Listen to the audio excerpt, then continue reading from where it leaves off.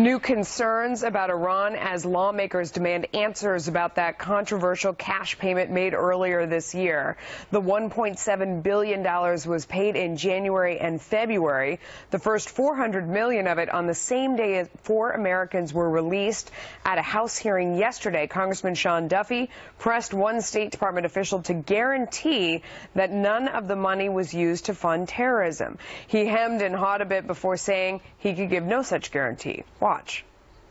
It's our assessment that the vast majority of the money that Iran has gotten from both this settlement as well as other... Can you guarantee me that? That's my question. Can you guarantee this money won't be used for terrorism or to hurt Americans? As I said, it's our assessment the vast majority has gone to the critical economic needs that Iran has had. Now, I can't speak to every dollar that's going to go in or out of Iran, as you know. Right. Meanwhile, another witness who worked on the Iran deal testified that the initial money may have only been the down payment, saying that the real number could actually be more like $33.6 billion in cash and gold paid to Iran in secret in the past 2 years. Megan, I would start with you on this one. I mean, it's one thing, the argument on the other side is always this is their money and we're just giving it back to them. Lots of countries owe us money. We owe other countries money. It's not paid in cash and gold sitting on a pallet on a tarmac that's transferred to another plane. That's a lot of what makes it different. I have so many things to say about this, and as you know, of all the I've said this before, I'll say it again, of all the sins of the Obama administration, this is by far the worst and the most egregious. My favorite thing is that John Kerry called Sean Duffy and said, please postpone this hearing. Why? Number one. Number two, if you can't do something electronically and track it, and you have to put it in unmarked bills in a suitcase, maybe that's shady. Again, I like to make things really complicated as simple as possible.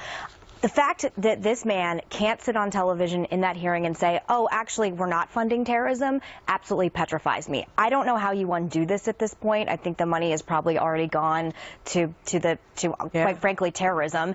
And I think any pro-Israel American sitting in the United States right now looking at this administration and what they've done is horrified. Juan? Oh, well, I think, to answer to your question, Megan, I think that we put in place sanctions in terms of the banking system that made it difficult. But nonetheless, I would hope, as you said, that you could find a way and do it. But, of course, then there were the exigent pressures of getting our hostages out of there. So it's a ransom? Well, I don't think it was a ransom, but I understand your point. If that, oh, no, it's leverage. It's a different word. No, it's I the exact same thing. But. Well, but it was, you know, to get back to what Melissa was saying, the argument is technically this was money left over from the Iranian hostage crisis back in the 70s when we froze their assets. Why now, though? Well, I think now if that was from back in the 70s and we don't have a formal banking relationship, why are we giving them cash and gold? And, you know, everyone made a big deal about this $400 million that was transferred within hours, maybe even less time than that for the Americans to come home. That's not leverage. That is ransom. But now we're hearing about from the Free Beacon up to $700 million every month. And this is before the ink was dry or the terms of the deal were finally negotiated. So somehow, before the deal is in place, we are allowing $700 million a month. Why not wait for that banking relationship to be established to have the sanctions lifted formally from this country unilaterally and also for that money to be transferred? No one has satisfactorily asked that question, and I think it's a critical one. But at the same time, Iran is still harassing us. They're harassing our naval ships. They know that they can jerk us around. They know that we have given them all the money possible and that they now have leverage over us. What the ransom above all else, Kayla Mueller is a woman from Arizona who was killed by ISIS. Why wasn't a ransom given for her?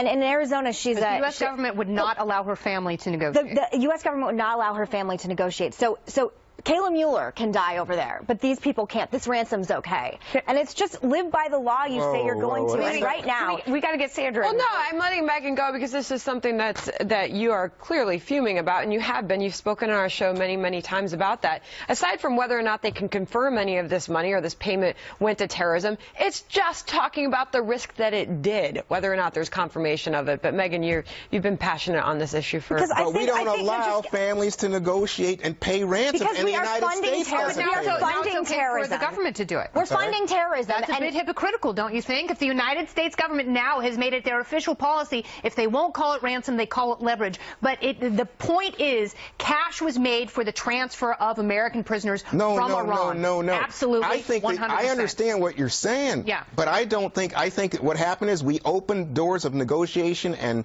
talk diplomacy with the Iranians for the first time, and we said as part of this, we're going to satisfy the money. We were losing in international courts with regard to owing the debt. So the fact that they death to America, death to Israel, with that kind of immediacy. But screaming death to America, death to Israel in the streets 2 weeks before this happened, we can trust these people? Give me a break. Well, I agree with that. Hillary Clinton displaying her softer side as she gives the first of a series of so-called